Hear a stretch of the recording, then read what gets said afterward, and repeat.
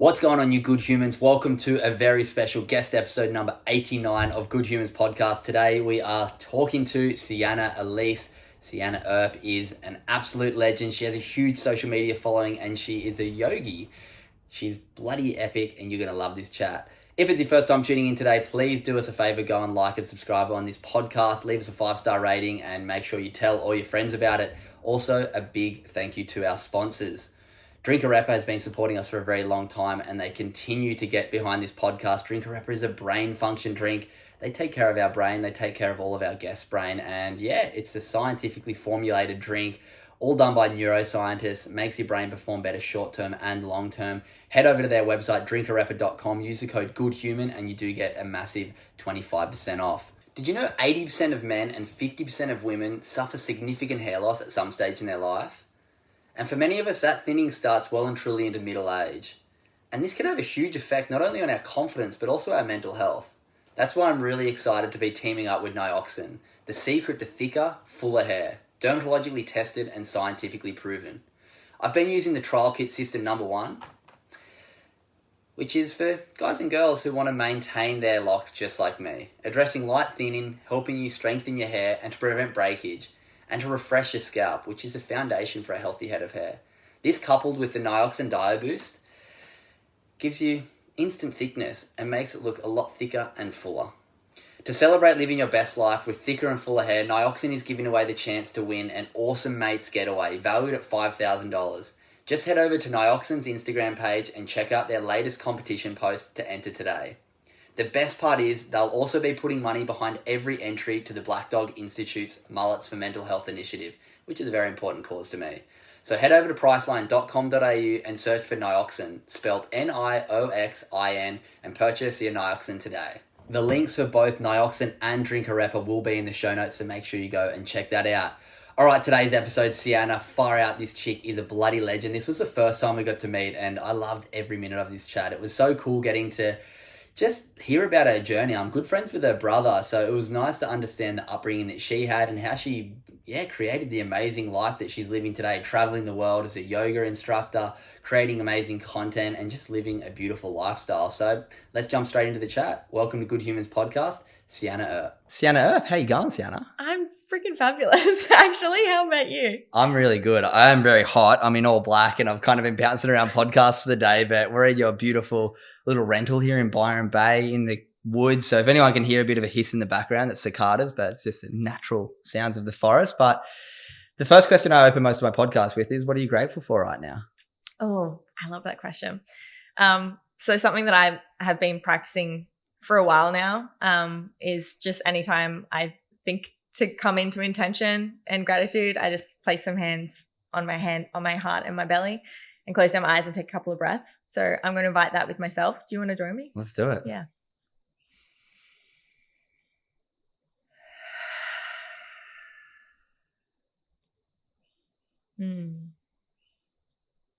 I'm grateful for connection, for the opportunity to meet amazing humans like yourself. I'm grateful for peace and being able to find serenity within solitude. I'm really grateful for nourishment and for summer and the changing of seasons. Yeah, I'm grateful to be here. I love that. What Thank you so much. What am I grateful for? That was really beautiful. I've done this with a lot of guests and I've never had somebody take the time to sit and actually do it like that. And it actually relates a lot to something that I learned from my sports. Like you said, gratitude shouldn't be a thought, it should be a feeling. And once I started to really lean into that, that was probably one of the nicest ways I've done that. I needed that little few breaths. But what am I grateful for right now? I think something that I actually thought about last night or the night before, I was kind of just thinking about how many podcast guests I've been doing lately. And then I was like, fire, I've chatted to like 80 of the most incredible people. And then I kind of thought about it and I was like, I didn't really have a big high profile surf career. Looking at it now, I'm like, I was kind of nobody. And I lent on the surf career thing to kind of get access to a lot of guests. But now I'm like, I'm getting this access to people for my ability to hopefully let people open up and it's not because of my surfing. So I'm grateful for that I've kind of built something and built a style of interviewing that people can relate to and get positive things out of. So there's my gratitude. Yeah, you do. You make people feel really safe. Like I've only just met you, and you hold space for others and give them permission to be themselves and authentic. Yeah. So, and I think it's just being curious. I truly am just so curious to learn people's stories. Like we chatted off air for 5-10 minutes before we started this chat, and I was like, you're like, shut up, don't continue. Yeah, I was like, wait, I gotta hear all this on the podcast. But your story is very unique. You have such a beautiful energy about you. Even as we just saw, that gratitude to start is something so different to anything I've had on this podcast before. And I guess you'd call yourself a yogi and a retreat runner and a influencer in that space, but it hasn't always been that way, as we real briefly touched on in our pre-chat. But let's get into your story. So maybe just to kick off, how do you describe yourself right now? What do you do? I find that really confronting every time I'm asked. I don't know whether that's just being within a creative industry and not feeling like I can identify with any particular title, or just feeling like I'm trying to define myself by the things that I'm not yet doing but want to be doing, and that doesn't feel authentic, or it's somewhere in between all the above, and that's okay. So I think I'd probably just define myself as a happy mess. Like I'm scattered, I'm all over the place, I'm upside down, but I'm still just learning and unlearning, especially the things that have been holding me back from appreciating and being present in each moment, and just experiencing this yummy life like to the best that we can. Oh, we're gonna have so much fun on this chat. I feel like we have very similar mindsets on a lot of things, and I'm excited to learn how you got there. So I do run my podcast a little different to a lot of podcasts. It's going to be all about getting to know your whole story kind of chronologically, so we can understand why you are the way you are today, and obviously so present and centered. And I feel like it's something that's very admirable that a lot of people wish they could maybe get to. And I'm sure you'll probably be like, it's not all that. But there's going to be a lot of people who listen who are like, far out, I'd love to get to a place of peace and stillness that you seem to be able to find quite often through watching your socials and just chatting to you already. So let's rewind back to the beginning. Where'd you grow up? Family life as a kid, family dynamics. Yeah, as much as you're willing to share that sort of youth and childhood era of your life. Cool. I'm an open book, and I'm also a rambler. So you might need to wheel me in a I'll little sit bit. And listen. Okay. I grew up in Newcastle, born and raised in Newey, and loved it. Like growing up there was just the best childhood ever. The beach was our backyard, and we were just constantly in the ocean. And so from a very young age, I had a really good relationship with movement, my body, and like loving it, discovering the boundaries of what I could and couldn't do and what I felt comfortable doing, and being in the ocean or nature in general. Like I knew from a really young age that I loved all the above, and that those were going to be part of my life regardless of whether I wanted them to be or not. Yeah, just because they help so much on a soul level, right? And as soon as you stop doing those practices or rituals, you instantly realize you're like, oh, like something's wrong. I need to, I don't know, ground myself, do some yoga, or like just go for an ocean swim or something like that. Yeah, get in nature, get in the ocean. It's like so important. So what about family dynamics? You have a couple brothers. One of them's my good friend, Sam. Shout out Sam. And he helped hook up this podcast. So thank you. Family life as a kid. How's that? So I was the baby. I've got 2 older brothers, and they're amazing. Yeah, we've got mum and dad have been together our entire life, still very much in love, and it's really beautiful to have that, which I'm now able to be grateful for. I didn't even realize growing up that was how rare that was, and how many of my friends now don't have that. So shout out to mum and dad as well for just being epic legends and for showing us what unconditional love is and can be, and setting the standards high for all of us with relationships. I think all of us kids. I feel like I had a pretty regular childhood. Yeah. Just, getting picked on by my 2 brothers and chasing them around the house naked with a baseball bat for some reason. I don't know why I have a memory of that, but I do. Yeah. I think I did it to Jake Sylvester actually, when I was really little. Like it's okay that I was naked because I was that little. And went to school in Newcastle as well. St. Philip's. I went to I went to a public school growing up, Mirror of the Public, and then went to St. Philip's, and it was all fine and dandy until I moved to a different school, a different high school in year 9. And can I swear? Yeah, you can swear as much as you want. I'm a bit of a potty mouth. No, you go for it. Shit kind of started hitting the fan around. What made you change schools? I think both my brothers had left school from the other school that we were all at. And so it was just easier. It was closer to home. And I would have been going into senior school there because they had like junior, middle, senior, whereas this one was just, high school. And I was stoked about it. Like it was going to be a new adventure, and I had a couple of friends there already, and I knew that I would make a whole bunch of other friends. So I was fine with that. I was always a dabbler in friendship groups. Like I didn't have one specific like clique. I was just kind of like, yeah, we're all friends. Let's all party. What about sports? Were you into any sports as a kid? All the sports. Another thing I'm really grateful for as an adult is, and I was thinking about that just the other day actually, was again, like how unique that was and how much I took it for granted. Like I used to think that I had to get up and go swimming every morning before school. And I thought I hated like going to school and everyone saying that my hair smelled like rotten eggs or chlorine. And I was like, oh, it's because I'm a swimmer. Like get over it. And then we'd like leave school sometimes and go to private lessons for like gymnastics or aerobics, surf life saving, swimming, anything really. I did tennis, I did soccer, broke my toe, accidentally scored a goal, then quit. I was in K grade, don't think anything of it. It was fun. It was fun. It's crazy that you just brought that up on the idea of like, we forget how privileged we are here in Australia sometimes. Like my beautiful partner, she's Brazilian and she's 37 and we played tennis for the first time she's ever swung a tennis racket a few weeks ago. I let her hit a golf ball like for the first time she's ever played golf, like first time she's ever been surfing, first time she ever went wakeboarding, like all these things that we kind of take for granted. You realize once you start to meet people from other cultures, how lucky we really are. And I know you've done a lot of traveling and would have met so many incredible people.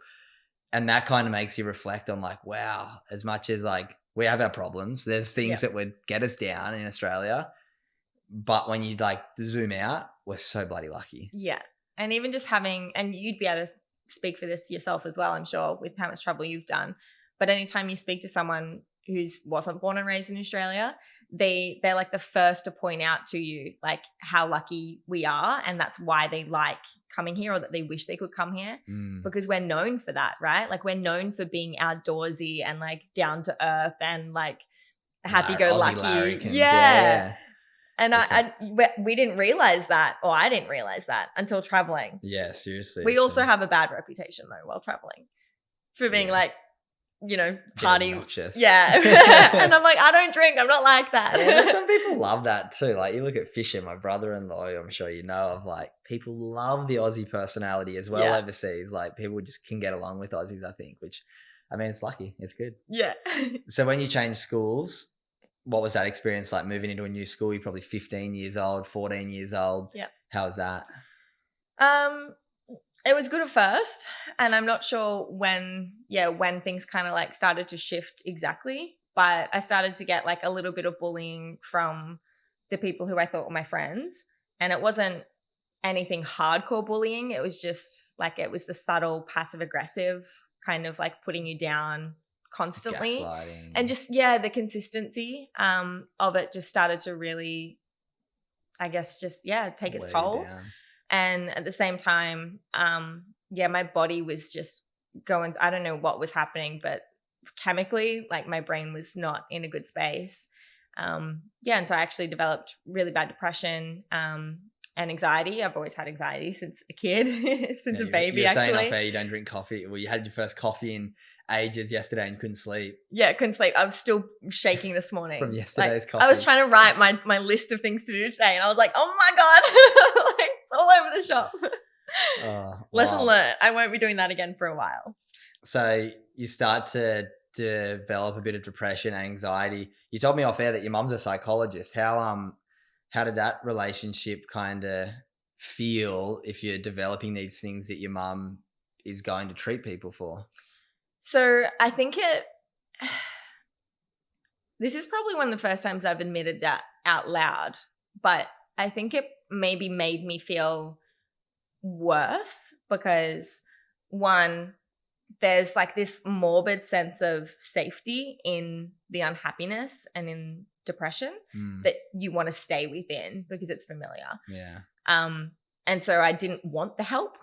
And so I found myself rejecting and pushing her away a lot, as well as everyone else. Does she know like how you were feeling? Yeah. Which, I mean, in retrospect, helped a lot because she knew what to look for, and she probably figured it out before I even did. I probably just knew that I was sad all the time and just started acting differently. And so she was trying to do as many things as she could to help me. She used to like sleep outside my room every night on a beanbag, and I wasn't even aware because she just wanted to make sure that I was safe and that I wasn't going to like do anything to hurt myself. And I only found that out like later on as an adult, and I was like, oh, like, thanks, Mom. And her and Dad actually had a conversation at one point where they were like, she's going to get through this, and if it means that one of us has to play devil's advocate, she will, because regardless of what they choose to do, their priority was my health and safety in that situation.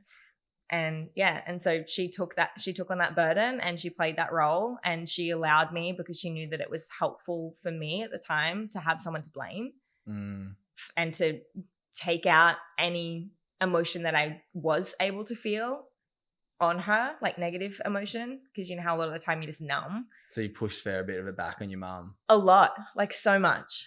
And I'm so I'm so like sad by that I did that and didn't even realize the effect that it was having on her mental health as well as our relationship. But I'm so grateful for it as well. Yeah, helped you get through it. Eh? So at school at this time, but you told me off air as well that you took a bit of time off school because you were struggling with your mental health so much. How was that period for you, and how did you kind of come out the other side of it? So I ended up having a couple of inpatient hospital stays for suicide attempts. And just had too much time off school, so couldn't go back and finish the year. I'd have to like repeat. And Mum saw that it would take too much of a toll on my mental health. And as a psychologist, she had access to resources, as well as, you know, being very dutiful and studious about doing our own research on what the options were. Do you think school was one of the main drivers of what was really bringing your mood down, from the bullying and just being around that environment? That's a good question. I'm not sure. I don't feel like... Did you not want to go to school, or... I just didn't want to do doing anything was hard. It was a successful day if I was able to get out of bed and brush my teeth. Wow. Like... so Mum helped me find a way to get into university, and I went to uni at 16, but her thing was like, I just had to go. It was like, you don't even have to dress. Yeah. She was like, you can wear your pajamas, you can wear your Ugg boots. So I used to rock up in my PJs as a 16-year-old and just sit up the back, not talk to anyone, and just go for the classes that I needed to and then leave. And that was enough. And it was exactly what I needed at the time, because it wasn't setting the expectations unrealistically high. It was like, just go, be curious, open-minded, and be as present as you can, but just get out of the house. Like, just do something so that you're not doing nothing. And it's those tiny little things that make such a huge difference. Yeah. So what were you studying? When it unfolds. And then what did you go and study at 16? It's obviously very young for a uni student. Yeah. But you needed to be out of the environment of obviously that school and whatnot. So once you went to uni, what were you studying? And then what did you see your future looking like when you were going through that sort of depressive state and coming out the other side of it? I was studying a Bachelor of Arts. So just like a mix of random subjects, because I was, just trying to figure out what I actually wanted to do. And at the time, to be honest, like, I was in such a dark space that you can't think of what you want to do in the future because you don't feel like you have a future, or it doesn't matter because you just got to get through this moment. So I was kind of just being there out of duty to my mum, I think. Wanting to make her feel like I wasn't not trying, getting worse. Yeah. Because I could see how much it affected her and Dad and the whole family. And so I knew that it was my responsibility to at least do that. Yeah. So I was doing I studied psychology, which I loved, but ever since I was little, when Mum started studying psychology, I was like, I'm not going to be a psychologist. So I enjoyed it, but I wouldn't admit how much I enjoyed it. But it was so, fascinating. Every subject, every time I rocked up for a lecture, I was like, oh, that was good. It's interesting. God damn it. Yeah. And now every time I listen to Alan Watts, I'm like, this is pretty much just like psychology 101. I did photography and loved photography. So I ended up doing 2 years at Newcastle Uni and then moving up to Griffith Uni in Queensland to study e-photojournalism there. So I think I had 6 months left of the degree in Queensland, and that was around the same time that social media kind of just started happening. Yeah. So I was kind of I don't like saying it because it sounds all pretentious, but I guess I was accidentally part of the OG Instagrams or influencers, especially in Australia at least. And so I started getting sent a bunch of products and stuff, and at first it was so cool, right? So at this stage you're kind of on the back end of your depressive state, you're feeling a bit better once you moved up the coast. And what were some of the things that you found helped you kind of potentially get out of this tough space? Did you get put on SSRIs? Did you turn to yoga and go back to some of the things like meditation that obviously you're massive on now? I'm just trying to put the timeline together where all this whole new holistic approach to life came about. Kind of all happened around the same time. Yeah. Around that time. So making the move up, I probably wasn't ready yet, mentally or well enough mentally, but I knew that it was a big step that I needed to take. Change doesn't happen in our comfort zone. Yeah. And I was excited about being up in Queensland. I have a bunch of friends up there, and just trying something new and getting out of the rut that I'd put myself in. So I was optimistic about it. And then as soon as I got up there, I realized that I was away from all of the sports that I did back at home that were so important for my mental health. So I really quickly realized that I wasn't doing as well as I thought I could be or should be. So what were the sports you were doing at home that you missed once you moved? Because this is obviously through the time where you are struggling with your mental health, but you're still doing some stuff. Yeah, I was doing cheerleading at the time, American style cheerleading. We actually went to Worlds, and we got 7th. Woo! East Coast All Stars. So that was really fun, and just being in a group space as well, being supported by your teammates all the time. There was definitely the social aspect that was helping a lot more than I realized when I was doing it. And so it wasn't until I didn't have that element that I was like, oh, something's not good. And I'd been going on walks and runs at the time as well, just around Newey. And so I was like, okay, I'm going to start training for a half marathon. I was very optimistic. It did not happen. You got it easy. Yeah, I was just walking along, ADHD brain, oh, butterfly, stop and take a yoga video here. And yoga is the other thing that I started. So Instagram, I hadn't properly got into Instagram yet. I don't even think my profile was on public yet. I think I was still on private and just using it like everyone else was.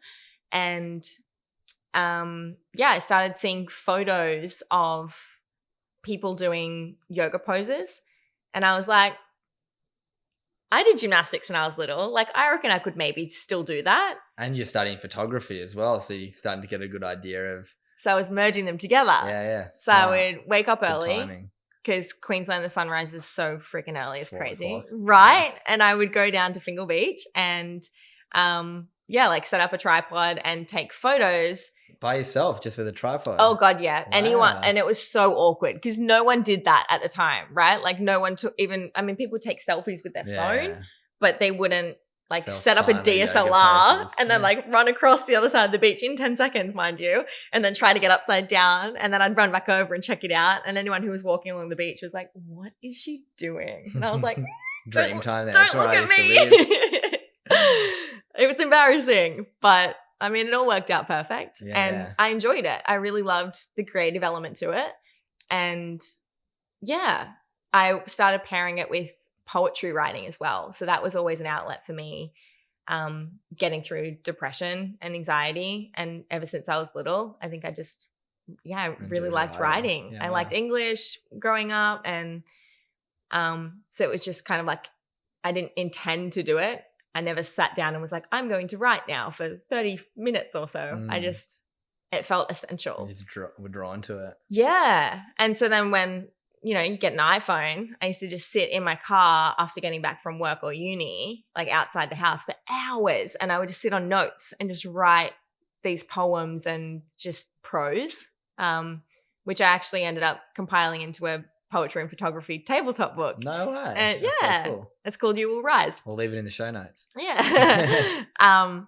Yeah, so I did that, and that's when like Instagram started hitting off as well. So turned my profile into public and started getting, I guess, recognized. I also had a Tumblr at the time. That was when Tumblr was like the hip thing. And so it all just kind of, I was doing it for fun. And then I had an agency in Brisbane, like a modeling agency, contact me and be like, hey, like, do you want us to represent you? Yeah, like be your management and we can get you paid to do what you're doing. And I was like, you can get me paid to do what I'm doing. Like, that would be amazing. At this stage, like, how many followers did you have? Did you blown up pretty quickly or? I don't remember. It was so long ago. Yeah. This was like 2012, 13, probably 13. Yeah, wow. 10 years ago. Yeah, right? Yeah, that was right when Instagram just started to like get moving. But it was fun. It was a game back then. Yeah. So it was now the Explore page. It used to be called the Popular page. Yeah, that's right. And everyone's Popular page was the same. So it wasn't curated for you and what you look at. Everybody. Right? Yeah, so if you got on the Popular page, it was game over. Or if somebody tagged it was you global on a bloody story, it was just game over. You get thousands of followers now. No one cares. Yeah. So I used to get like between, I don't know, 3,000 and 10,000 followers a day. Wow. Like there was a time when it was just like going. And I remember being at like, I think I got to 10K and my mum was up visiting. And I remember like being in the kitchen laughing to her and being like, oh, yeah, like imagine one day if it gets to 100K. And she was like, I think it will. And I was like, don't be silly. And then like next week it was at 100K. And then I was like doing the same thing with 1 million. And wow. Yeah. All just, yeah. It was. Did you finish a uni degree? No. So I started getting offers to travel. Originally, like one of the first ones was with a company called Mai Tai. I don't think they exist under that name anymore, but pretty much it's like a group of elite athletes and entrepreneurs, and they get together in different locations around the world a couple of times each year and go kiteboarding and get drunk, pretty much. Great content. Yeah. And so one of the guys on that was like, hey, love your photos. Do you want to come and be the photographer for us? Like, we pretty much just hang out and chill, have fun. Like, you don't have any expectations as such. But yeah, it'd be really nice for you to meet everyone in the group. And I was like, I don't know. Like, I'm really nervous. I don't know if I can do that. And yeah, mum like supported me and she was like, yeah, I think you should do it. So I did it. It was just over in Fremantle, like Western Australia. Yeah. And it was so much fun. Made some really cool friends, lifelong friendships actually out of that. And from then it just started. Like, people saw that, and then I got invited on a Bali retreat to do the same thing, like influencing. And that was around the same time as like Jay Alvarez was getting into stuff. So we were on like trips together, and it was just, crazy. So this is your early 20s? Yeah. Late teens, 18, early 20s. 18, 19, 20. Wow. Yeah. And so that kind of just took over your life for a few years. Yeah. How was that going from, I guess, somebody who is a bit self-conscious and battling a bit of battling depression, in and out of hospital, to being thrown in this scene where you're known for being this happy, smiley, bubbly yoga girl? How was that to balance what was really going on and what your quite recent past was, to then being so in front of the camera and people seeing one side of you that might not be the whole of you? It's a really interesting reflection. Because I wasn't one or the other. And at the same time, I knew I was neither. So I was able to perform as per what I was required to for showing up for these companies and stuff like that. So they weren't paying me, but they were paying for it. And so, yeah, I knew I had like a sense of responsibility and duty to them to do the best that I could. And I took a lot of pride in that because I knew how lucky I was to be in the position to be able to do that and to have it like paid for. I was like, what? Like, yeah, I'm getting free holidays right now. At like 18, 19. Yeah. And all my other friends have like just left school, starting uni, and they're like, this isn't fair. Yeah. And so I felt a little bit of guilt about that as well. And then hence, I think that's probably when the imposter syndrome probably started, just feeling like I wasn't worthy of it. And like, who was I to be receiving all of this stuff? And yeah, just like majorly doubting what I can bring to the table and contribute. Yeah, it's such an interesting reflection. It's something that I've battled multiple times with what I do with running my workshops. Imposter syndrome is so massive. But and then as well, like with any growth in socials, but there's this one quote that I like try and think about. If that comes to my mind, I go, if not you, then who? And it's like, well, who's that by?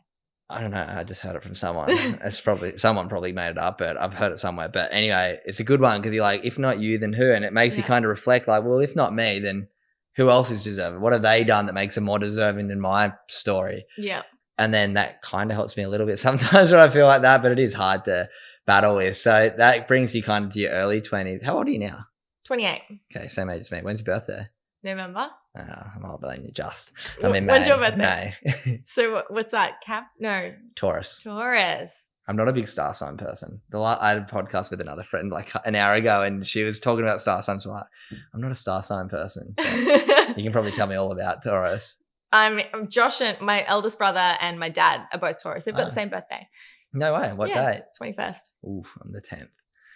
Anyway, all right, let's go. I mean, just strong-headed. A little bit stubborn, but it works in your favor. Yeah, so we're the same age. So we've been kind of living through the exact same timeline. What was it like in your early 20s once you've sort of built this big social following? When did you start trying to like go like, all right, I need to make this into a career. I need to start monetizing this? Because that, like you said, early days social media was like, oh, a free trip is amazing. Yeah. But then very quickly you begin to realize that these brands are benefiting off your profile, brands benefiting off your growth. When did you notice that, and when did you start trying to monetize what you were doing? So, to be honest, I never did. I monetized eventually, but I never would have, thought to or had the confidence in what I was bringing to the table. What about your management? So that's where management came in. Yeah. And so that's when they were like, we'll take our cut of it, and you get to keep the rest. And I was like, okay. Perfect. Like, I don't have to talk money. And they were like, no, like that's what we're here for. And I was like, okay, I can do that. Nice. So it kind of just started like, and then it was just a whirlwind. I don't know how it got to where it did. And that was like at the time, especially everyone was asking like, how do I do what you do? Like, sometimes how can I grow my following? Yeah. I didn't know what I did. Like, I was like, I don't know. I was just taking doing photos yoga poses in beautiful locations, and people enjoyed looking at it. And that's how yoga started too. So I was trying just individual poses, and the same thing with imposter syndrome. I started getting like a reputation through social media as a yogi, and I was like, I've actually never taken a yoga class. Like that's the dumbest. You've never done a yoga class? I've never put them together at like 18. I'd never done a proper class. I think I did one when I was 12 because know what it was, but like I was having a sleepover with a girlfriend, and her mum was teaching the next morning, so we just had to go. Yeah. And I'm pretty sure it was Bikram, and I hated it. It was carpeted floor. Everyone was all smelly and sweaty, and I was like, not my thing. And so very quickly you're like, I actually better learn how to do yoga. And I was so hesitant to actually go and learn because of what I thought other people were going to think of me already. You'd like trapped yourself. Well, their assumptions, thinking that I already knew it.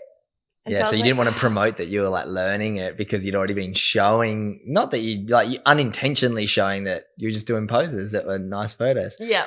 Interesting. Yeah. So I actually did it in Byron Bay.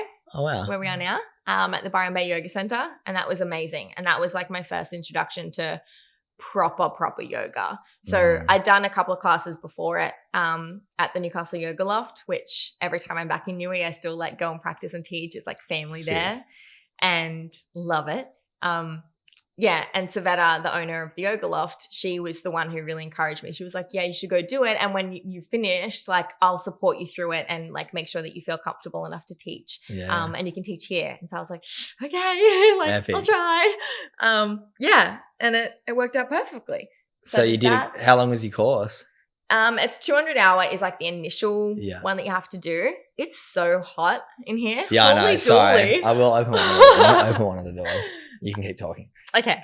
Yeah, initial one is 200 hours and you can choose to either do just the 200 hours or you can do 500 hours if you like really want to get into it. But not many people do that. Most people just choose the 200. Yeah. So I think it was a month and you're just there, you have roommates and it's lovely. So you go live there and fully learn every part of yoga. For a month, yeah. Yeah.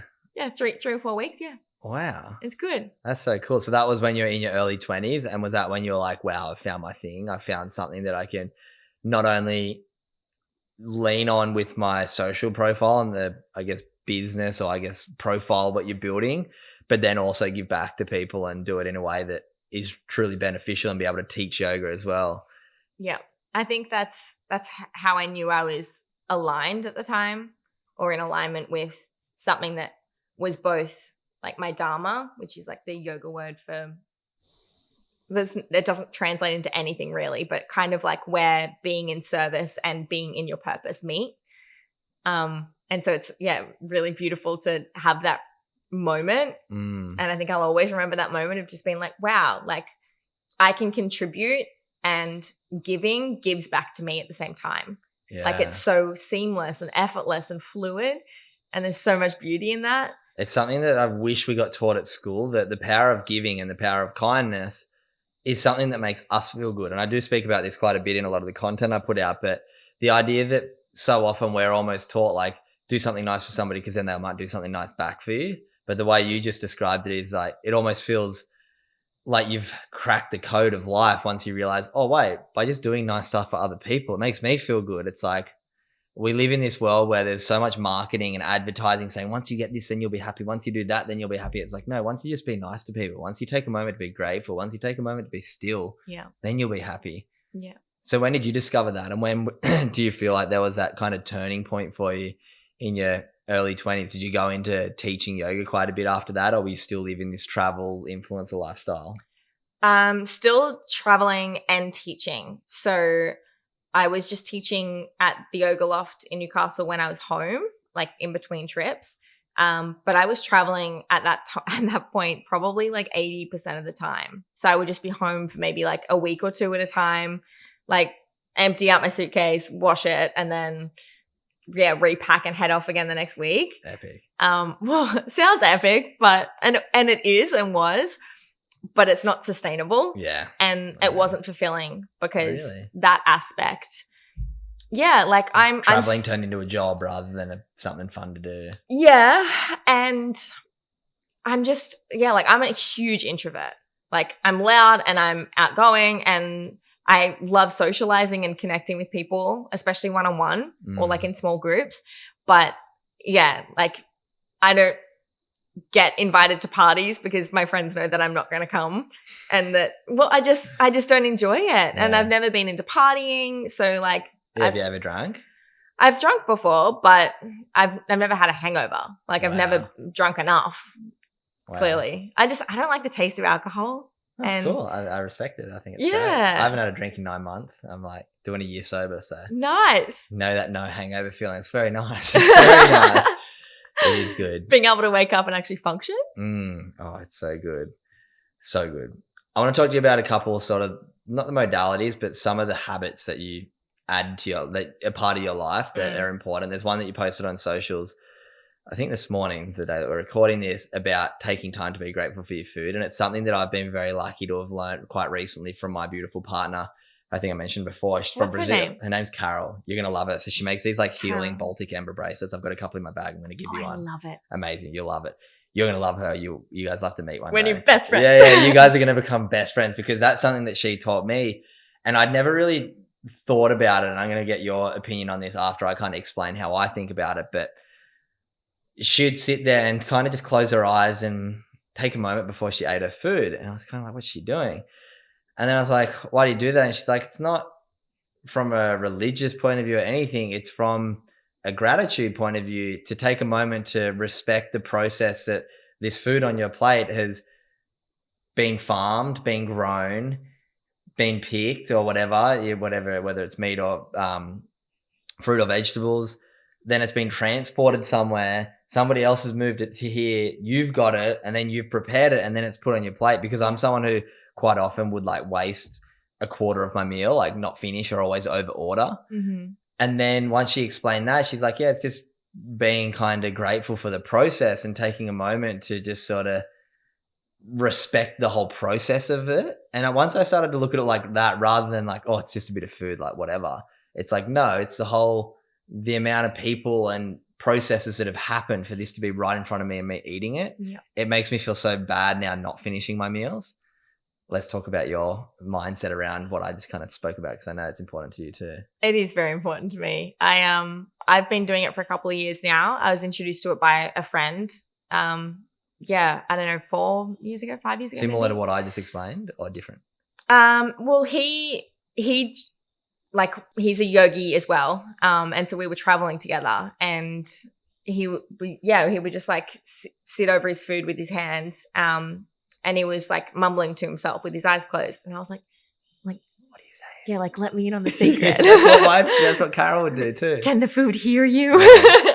And he was like, it can. And I was like, bullshit, tell me more.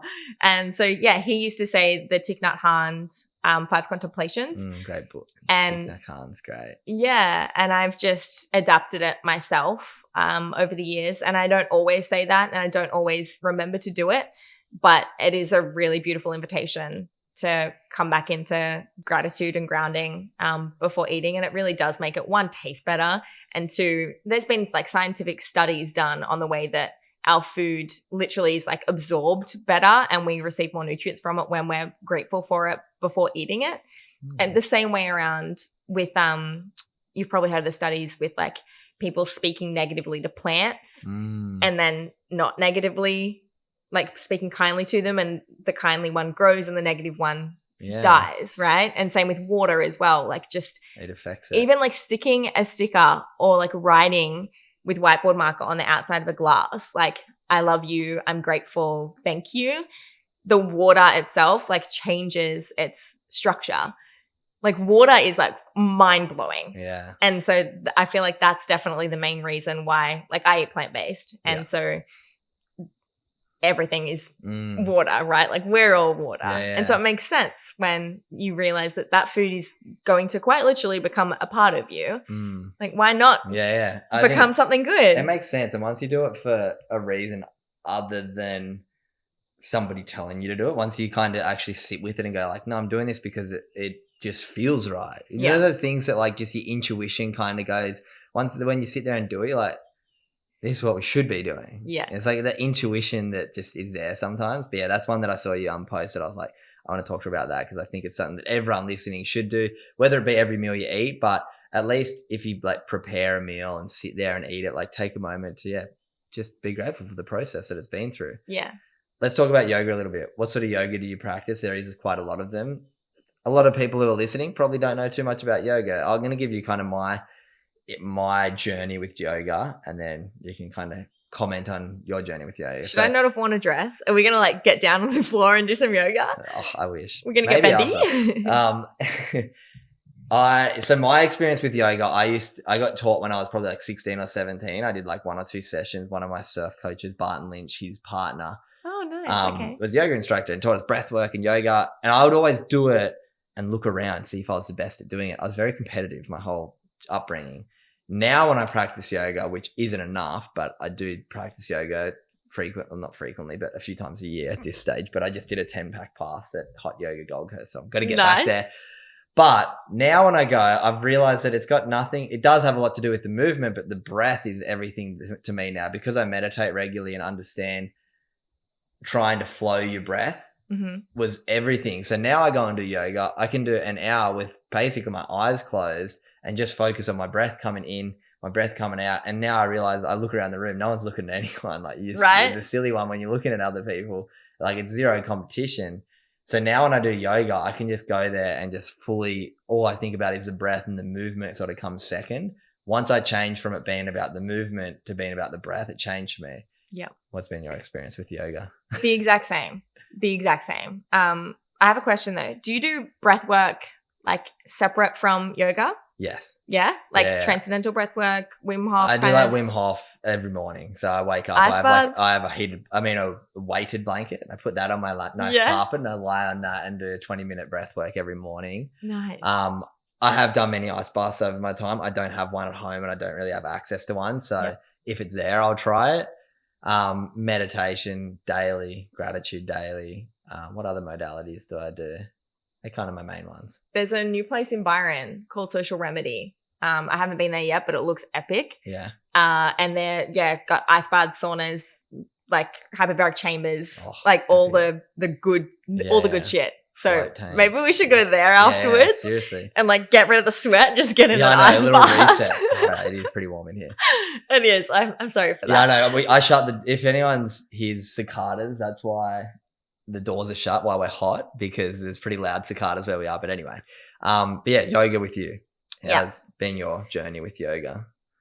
So yeah, like I was saying, I got into it through the physical asana. And then once I was at the initial teacher training, I realized that there was so much more depth to it, and like the philosophy behind everything. I was just like, holy crap mollies. Like there's so much here that I just had no idea about. It's almost like the one movement in sport that's really lasted the time of like history. And if it's carried on through generations where everything else gets lost by the victors of war, it seems like one that I can really think of off the top of my head, apart from like maybe some like Chinese movements and stuff like Qigong or martial arts. Yeah, martial arts. But it seems like yoga is one, that has come and lasted the ages. And not just lasted, but made a comeback. Like way, way bigger because it went international.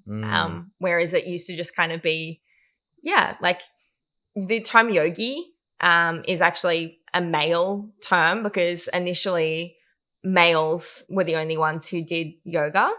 And it was used as a practice. And I don't know how accurate this is, but I've been told this. It was used as a practice to train kids to become soldiers or something. Wow. Or like something to do with like intense work or something. Yeah. And so Ashtanga yoga, which I don't personally practice and find so much resistance to doing, because the handful of times I have tried it, I've just been like, not in your element. Yeah, it's very strict and stern, and this is how you do it, and this is the sequence, which I understand on like a rational level or an intellectual level that why it's done that way, so that it's almost like a meditation, because you know what comes next. Yeah. And being able to get through it. Whereas I really enjoy vinyasa and like the freedom and the fluidity, and to be able to like check in constantly with my body and ask it what it needs in that moment. And the same with teaching, like understanding and learning or having a conversation almost with other people's bodies, even without them speaking to me. Yeah. And learning to like pick up cues from them on what they're needing. That's been a really cool process. Yeah, epic. So the last couple of years of your life, sort of from early 20s, once you learn yoga up till now 28, I'm sure you've been on some crazy journeys. I probably haven't done enough research and know too much about your life. So what's happened the last 5 years? I'm sure there's some ups and downs, some struggles, some goods, some bads. Give me a story or two. Other than, the regular COVID, which kind of put a halt to everything, including travel, obviously. Just a whole bunch of travel, and started teaching retreats. And let's talk about retreats. You said to me before that you did. What got you into doing your first retreat, and then what led you into wanting to run your own retreats? My very first retreat was actually at like one of the most beautiful places I've ever been to, actually. You know Oki? Surfer Oki? Yeah. He has a surf break they're named after him. Oh, it's in Sumba. Yeah, Nihiwatu. Nihiwatu, Yeah. beautiful. I was with Oki commentating a few days ago. He's going to come on the podcast. He was like, man, I want to tell you my story. I was like, let's do it. So tell him that I've actually met him once before and I didn't realize it was him. I was a photographer at Big Day Out one time on the Gold Coast and was backstage like charging cameras, and Sam was with me, my brother, and he wasn't allowed backstage though. And so there was this guy backstage with this big snake, and I was like, that's so cool. Can I touch it? And he was like, you can hold it. And he like put it around my neck. And then he took a photo of me, and I went back out and I was like, yo, like, look at this. Like I had some snake around me, and and he was like in the back, and Sam was like, that's Oki. Do you know who that is? And I was like, no, I have no idea who that is. Crazy. Yeah. The things we learn, right? That's great. His wife's actually a yoga teacher now too. That makes sense. That's funny. There's such a crossover between surfing and yoga and breath work. Like they complement each other so well. Yeah. So let's talk about that first retreat in Nihiwatu. Oh yeah. Okay. So that was really cool. Amazing and very high end. Like it's probably it was the most beautiful resort in the world, I think, the year that I did it. I heard that. So it was very expensive, but it was the perfect opportunity for me to figure out, like what works and what doesn't work. And like it was a smaller one. The retreats normally have between, like, I would say 15 and 30 people on them, depending on. I'm organizing one right now. I think we're going to have you are? 24 guests. Hells yeah. Here in Byron? Bali. Nice. Changu. Okay. Do you know the Mindspo retreats people? Rochelle and Chris? I'm going to introduce you. Good friends of mine. Rochelle Fox? Yeah, Rochelle Fox. Yeah. Yeah, Rochelle's a really close friend of mine. So Mindspo and Good Human Factory doing like a good reset retreat. It's going to be sick. That's going to be so... I want to come. Yeah, you should come. When is it? July. Oh, maybe. We'll work it out. Might be in Europe, but maybe. We'll see. I'm going to Europe in June, but then I come back and go. We'll be swapping. I'll be in Bali in June. I'll wait you out the airplane window. Bye. But yeah, so that first retreat gave you some ideas what you wanted. Did you already have in your mind that you were going to do that as a way to start doing your own retreats? Yes and no. I knew it was an option and like something that I could potentially do. But again, I got in my own way, like doubting myself with the imposter thing. Just thinking like, why do I have the right to do this? And so it's taken me up until just today, like an hour before you got here, actually, I launched my first one that I've organized and will be hosting. Wow.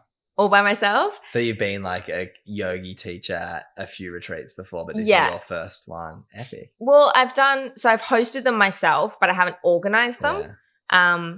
And so it'll be interesting, like being in charge of so many people, and like the day that everyone gets there's always so much going on and running around with transportation and arrival. People can't find it, don't know where to park, like what room am I in? So that'll be interesting, but I have full confidence in myself now after, 8 years of doing them. Wow. So you've done, so where have you been doing your retreats, and like who you've been working with to run your retreats? So I either work with third parties is what I've been doing in the past. Yeah. And then now my partner is a breathwork facilitator. Yeah, I saw and that. So we've been merging the two together, and it's perfect, like because they do complement each other so well.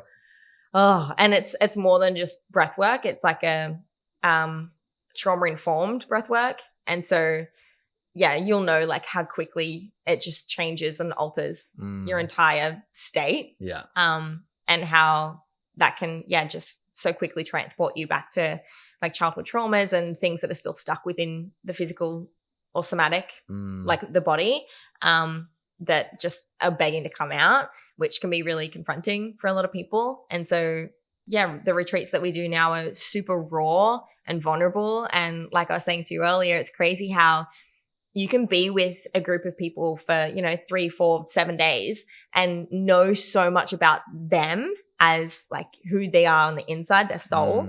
And you don't even know their last name or what they do for a job. Yeah, I love that. Nothing superficial. And you get to the end of the week and you're like, wait, what do you do for a job? Like, what are you going back to right now? I know nothing about your, superficial life. Nothing that you would choose to share on socials, like nothing curated. it's so powerful to be able to be a part of those and to facilitate the spaces. Yeah. Yeah, I can't wait. I've never actually been to a retreat, but I'm about to throw one. So you're going to have so much fun. I can't wait. I'm so excited. We're going to like surf, do yoga, do breath work. We have like a sauna and ice bath, and it's going to be epic. Speaking of breath work, obviously you've done quite a lot of it with your partner, and his specific way, it sounds like, is to really work through trauma.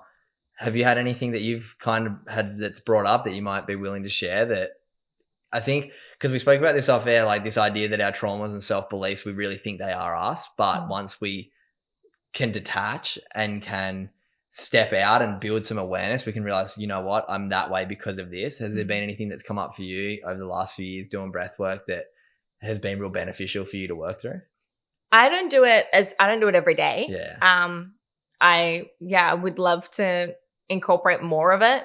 I don't think it's realistic for me though to be able to do it every day. And I think especially as a female, there's something about our cycles not being 24-hour cycles like a male's is, that just seems more, like authentic to stick to, like not give myself that unrealistic expectation of doing it every day when I know that hormonally and chemically I'm not going to feel that way every day. And so coming back into like softness feels nice. Yeah. But every time I have done it, it's different, and it'll be, like either crying or I'll get like visuals, like really vivid visuals. I have amazingly vivid dreams every night and I remember them every morning. Wow. But breath work just kind of like intensifies them. It's kind of like doing acid without actually doing acid, right? Yeah. And sometimes it's like a sensual release. Like it doesn't feel like that to me. Sometimes it feels more like icky. But an onlooker would be like, oh, or if like you could hear it, they'd probably be like, oh, these people are just, having sex next door or something. No, we're just doing some breath work. And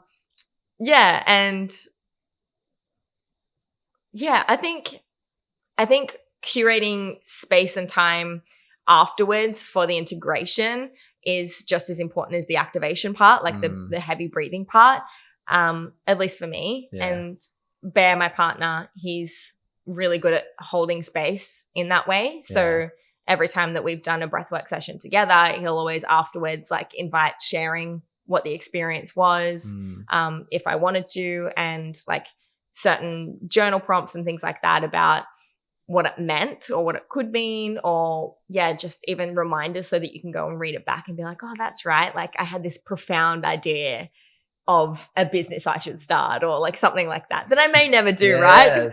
But I can't remember who it was. I think it was Elvis maybe? No. There was some kind of artist who said, we need to go into the studio and like record this song right now. Like I just had a dream of it. I channeled it, like it came to me, and it was like 3 a.m. or something. And so the studio owner was like, what are you talking about? Like it can wait until 6, 8, like it can wait until 9. No, and he was like, it can't, because if I don't do it now, Prince is going to do it. And I was like, what? That's like, crazy. But creative ideas, I genuinely believe that they are like that. Yeah, they come from nowhere sometimes. Right? Yeah, it's always like, where did that come from? And if you don't pick it up, someone else will. Yeah. That's so interesting. So if not you, then who? With everything. Yeah. It's the same with taking opportunities. So it's as much as like being deserving of things. Something I actually spoke about this on a podcast that came out yesterday, one of my ones. This idea of like, I used to always feel blessed and feel lucky. And I'm trying to change my mindset. I haven't actually spoken in person with anyone about this, but see if you relate to it. I feel on it. I've learned that if I think I'm blessed or I'm lucky, it's almost me feeling undeserving. So now instead of thinking like that, I'm like, I just want to feel grateful. It's like strip back from feeling lucky that something good happened to you. Just be like, no, I'm grateful it happened to me. Like I deserve it. It's okay. You know what I mean? It's by feeling lucky, it almost is also saying you're undeserving. It's like it was the luck that made this thing happen to me. Yeah, it wasn't me. Yeah, there is that separation, isn't there? Yeah. It's subtle, but it's there. Yeah. And like you said, it comes back to gratitude being a feeling rather than a thought. Yeah. And actually something that I couldn't sleep last night because the coffee that I had yesterday morning, but I started writing instead, just like on the floor next to the bed, about what I thought the difference between a habit and a ritual is. Ooh. And it's the intention. and the consciousness. So like a habit is something that we just try to like automate or becomes automatic and stack, right? Like habit stacking is the new like James productivity thing, right? Atomic Habits, great book. And up until last night, I was all about it. And then now I'm like, hang on, that means that we're just going to get through our entire lives on autopilot without being conscious or grateful or present and actually truly experiencing and embodying anything. That's what a ritual is. Right? And so I was like, oh, rituals are just habits done with intention. That is good. So I think I'm going to start using that language. Yeah, I think that's great. That's kind of the last line of questioning I kind of want to go with. For someone like you who does obviously really, I can't think of the word. Oh my God, I've got a mic like. Who puts health as a very high priority. Obviously, taking care of yourself is massive.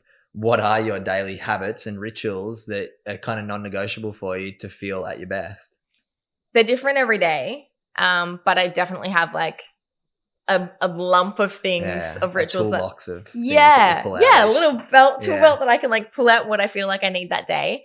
So I think first and foremost, it comes with being able to check in with myself and like find that grounding, a hand on the heart, a hand on the belly, closing the eyes and a couple of deep breaths, and having that conversation with myself, with my inner child, with my intellect, with my body, and really feeling into what those aspects of me are trying to tell me and what they're asking for and how I can best show up for myself in that way. And up until very recently, I would have thought that sounded selfish and like I was putting myself first. But I'm progressively learning more and more the importance of having a full cup to be able to give to others. Otherwise, it's just like having people poke holes in your bucket and water's just seeping out everywhere and you're just all over the place. I'm trying to like patch them all up. And so one would just be checking in. Another one is doing those check-ins with friends and partners and other people and really inviting conscious and intentional space for vulnerability and being able to take radical responsibility for your own life and choices and actions, but in a way that enables you to still feel supported by the people around you.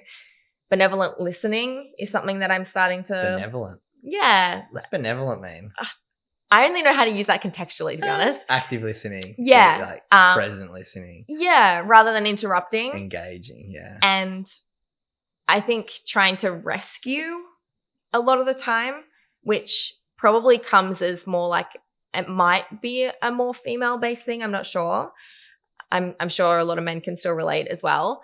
But feeling like you're the person that everyone relies on or goes to if they need advice or support but then butting in ahead of time and trying to fix it for them. I'll give you a great quote for that. And this is what I talk about in my workshops when I talk about empathy and the importance of listening.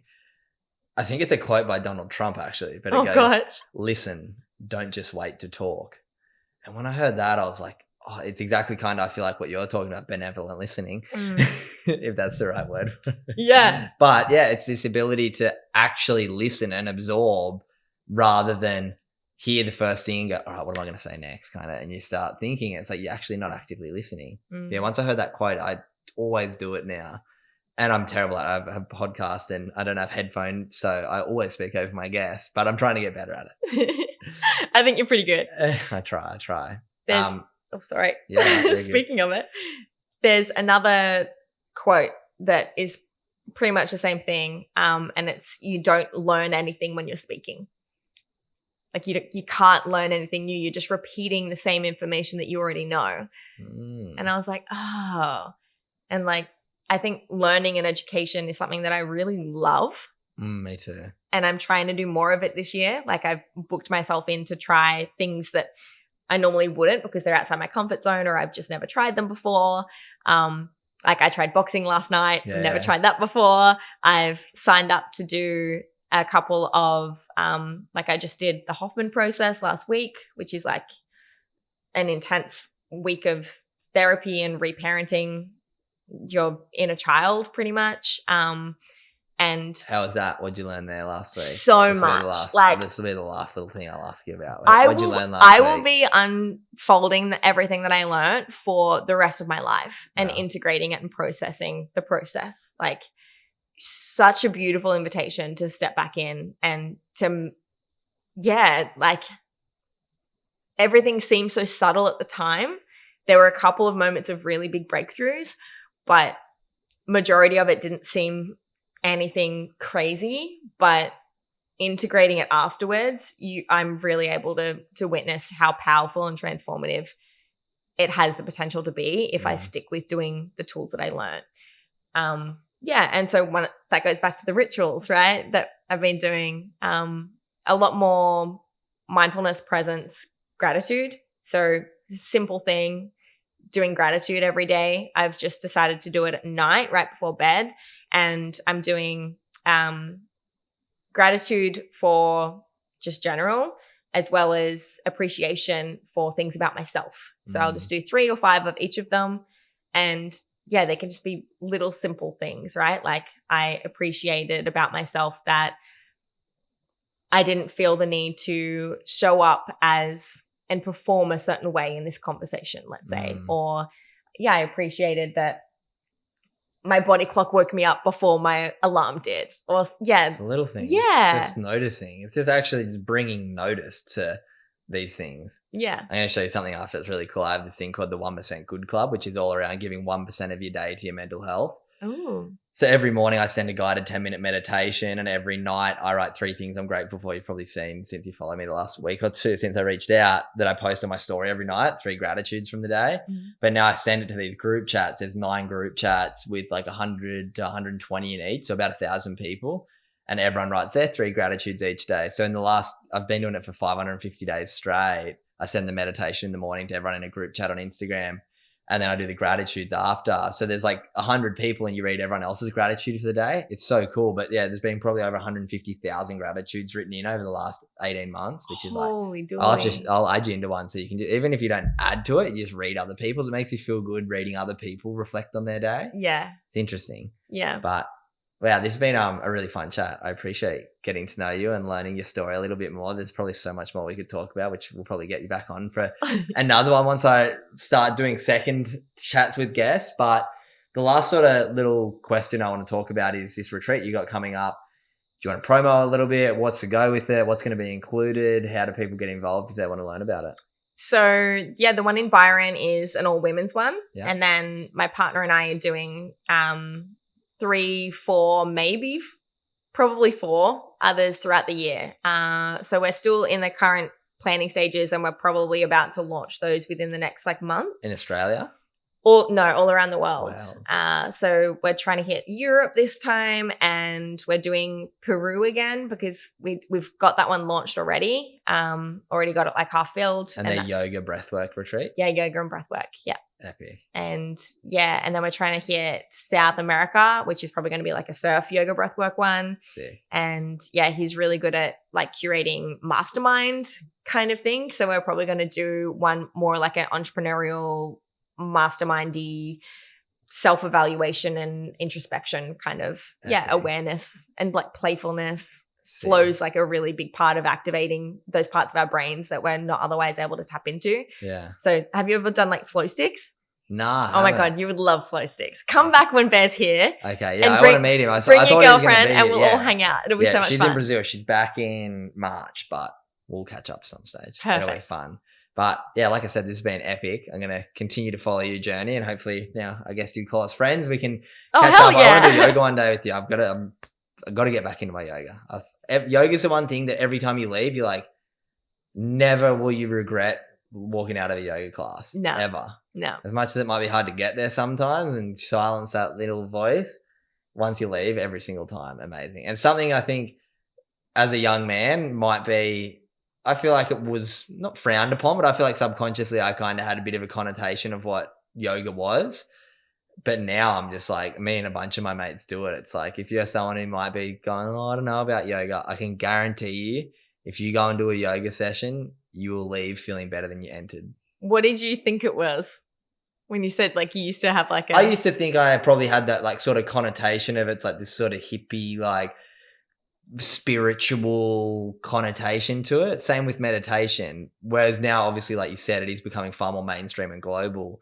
I feel like now I'm just like, wait a second, this is just giving myself a gift every time I go to yoga. Yeah. It's not like a workout where you're really smashing yourself, although sometimes you bloody hard yoga. Yeah. But by combining it with the breath, I feel like it gives it that sort of like presence and it's just for you.